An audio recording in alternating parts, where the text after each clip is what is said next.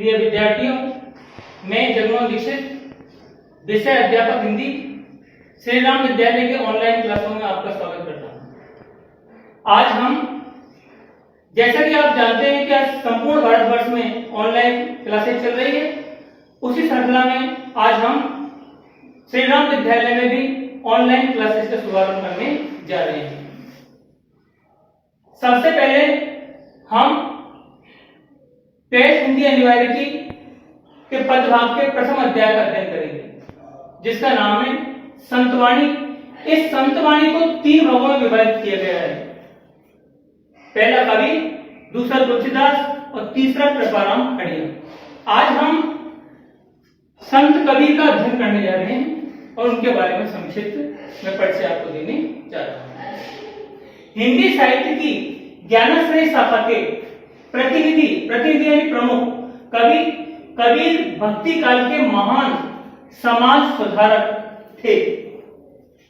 अब यहां पर 2 शब्द आते हैं, पहला ज्ञानाश्रय शाखा और दूसरा शब्द है भक्ति काल। इनको समझने से पहले हमें यह जानना आवश्यक है कि भक्ति काल क्या है और ज्ञानाश्रय शाखा क्या है, जिसको कि मैं एक उक्त डायग्राम के माध्यम से समझा रहा हूं। हिंदी साहित्य का संक्षिप्त इतिहास। हिंदी साहित्य के में जब से कविता आदि लिखना प्रारंभ किया गया है, तब से लेकर आज तक जो कविताएं लिखी गई है, ये गद्य पद्य लिखे गए हैं, उनको 4 भागों में बांटा गया है। पहला आदिकाल, दूसरा भक्तिकाल, तीसरा रीतिकाल और चौथा आधुनिक काल। यहां पर हम कबीर का अध्ययन करने जा रहे हैं। तो कबीर भक्ति काल की ज्ञानाश्रय शाखा के प्रमुख कवि थे। तो भक्ति काल को विद्वानों ने 2 भागों में विभाजित किया है, पहला निर्गुण काव्य और दूसरा सगुण काव्य। जिन्होंने ईश्वर के निराकार रूप की उपासना की, वो निर्गुण काव्य के कवि कहलाए। निर्गुण का मतलब है ईश्वर का कोई आकार नहीं है और ईश्वर संपूर्ण सृष्टि में व्याप्त है, ऐसा मानने वाले या ऐसी विचारधारा रखने वाले निर्गुण काव्य के कवि कहलाए। दूसरा भक्ति काल का जो भाग है वो है सगुण काव्य। सगुण काव्य को विद्वानों ने 2 भागों में बांटा है, पहला राम भक्ति शाखा और दूसरा कृष्ण भक्ति शाखा। अब यहां पर हम अध्ययन कर रहे थे कि निर्गुण काव्य धारा को 2 भागों में बांटा गया है। निर्गुण काव्य यहां पर हम अध्ययन कर रहे थे कि निर्गुण काव्य धारा को 2 भागों में बांटा गया है, पहला ज्ञानाश्रय शाखा और दूसरा प्रेमाश्रय शाखा। ज्ञानाश्रय शाखा के सबसे प्रमुख कवि हैं वो कबीर है, और कबीर द्वारा जो रचा हुआ ग्रंथ है उसका नाम है बीजक। तो आज हम जो अध्ययन कर रहे हैं वो ज्ञानाश्रय शाखा के सबसे प्रमुख कवि कबीर का अध्ययन करने जा रहे हैं। निर्गुण की दूसरा जो भाग है उसको कहते हैं प्रेमाश्रय शाखा। इसके प्रमुख कवि मलिक मोहम्मद जासी है और इन्होंने पद्मावत नाम के ग्रंथ की रचना की। सगुण काव्य धारा में, जैसा कि मैंने अभी कुछ समय पहले आपको बताया था कि हमने 2 भागों में इसको बांटा है, राम भक्ति शाखा और कृष्ण भक्ति शाखा। राम भक्ति शाखा के जो प्रमुख कवि हैं, सबसे प्रमुख, वो कहलाते हैं तुलसीदास जी और उनका प्रसिद्ध ग्रंथ है रामचरितमानस। इसी प्रकार से कृष्ण भक्ति शाखा के जो प्रमुख कवि हैं वो सूरदास जी कहलाते हैं और उनके द्वारा रचित जो ग्रंथ है वो है सूरसागर, सूरसारावली और साहित्य लहरी। तो आज हम कबीर के बारे में अध्ययन करने जा रहे हैं। उन्होंने समाज में व्याप्त छुआछूत, धार्मिक आडंबर, ऊंच नीच व बहुदेववाद का कड़ा विरोध करते हुए आत्मवत सर्वभूतेषु के मूल्यों को स्थापित किया। यहां पर शब्द आ रहा है छुआछूत का मतलब है कि जब सभी प्राणियों को ईश्वर ने समान बनाया है तो हम किसी से जातिगत भेदभाव न करें। जातिगत भेदभाव करना वो छुआछूत के अंतर्गत आता है। धार्मिक आडंबर का अर्थ है धर्म के नाम पर झूठा दिखावा करना, तो उससे विद्वानों ने आडंबर कहा है। ऊंच नीच कि किसी को जाति या नस्ल के आधार पर छोटा या बड़ा नहीं समझना, नहीं समझे हम, क्योंकि ऐसा समझने की जो भावना है वो ऊंच नीच कहलाती है। बहुदेववाद, कवि बहुदेववाद के समर्थक थे। बहुदेववाद का यहाँ पर तात्पर्य यह है कि बहुत से ईश्वरों की और देवी देवताओं की उपासना न करके सिर्फ एक ही ईश्वर को अपना आराध्य माना जाए। ईश्वर एक है और वही ईश्वर संपूर्ण सृष्टि में व्याप्त है। तो वह क्या है, तो ईश्वर संपूर्ण सृष्टि में व्याप्त है ऐसा कवि का मानना था। और वे बहुदेववाद, बहुत से देवी देवताओं को मानने के विरोधी थे, क्योंकि ईश्वर एक है, अतः हम उसके एक ईश्वर के रूप की आराधना करें। आगे आता है कि विरोध करते हुए आत्मवत् सर्वभूतेषु के मूल्यों को स्थापित किया उन्होंने। आत्मवत् सर्वभूतेषु, आत्मवत्, आत्मा माने अपनी, वत् माने तरह, सर्व माने सभी और भूतेषु माने प्राणियों को। सभी प्राणियों को हम अपने समान समझे। जैसे हमें सुख दुख आदि की अनुभूति होती है, वैसे दूसरे प्राणियों को भी होती है।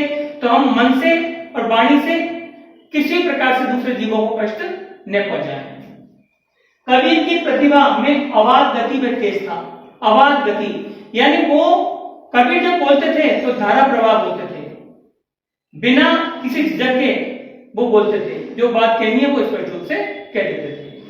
उन्हें पहले समाज सुधारक और बाद में कवि कहा जाता है। उन्हें यही कारण है कि उन्होंने समाज के आडंबरों का विरोध किया, समाज की अच्छाइयों को सामने लाने का प्रयास किया।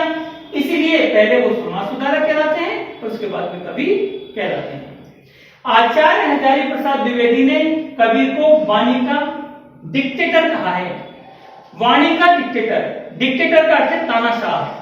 और तानाशाह वह होता है जो किसी की न सुने। कबीर किसी भी धर्म का पक्ष नहीं करते थे।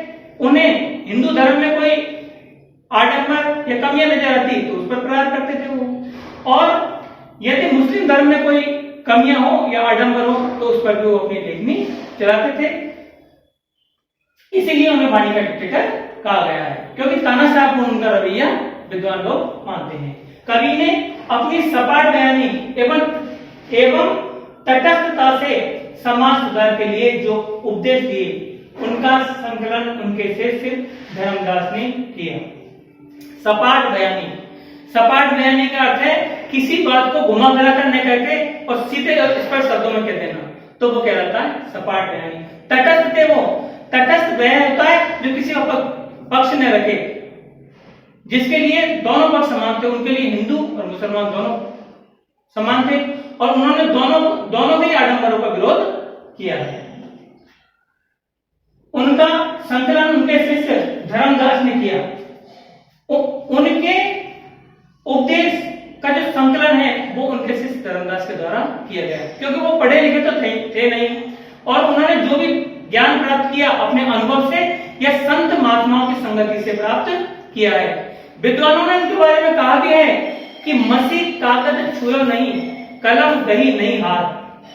मसी कागज छुयो नहीं, कलम गई नहीं हाथ। वो कभी किसी पाठशाला में पढ़ने नहीं गए, तो इसलिए वो अनपढ़ थे।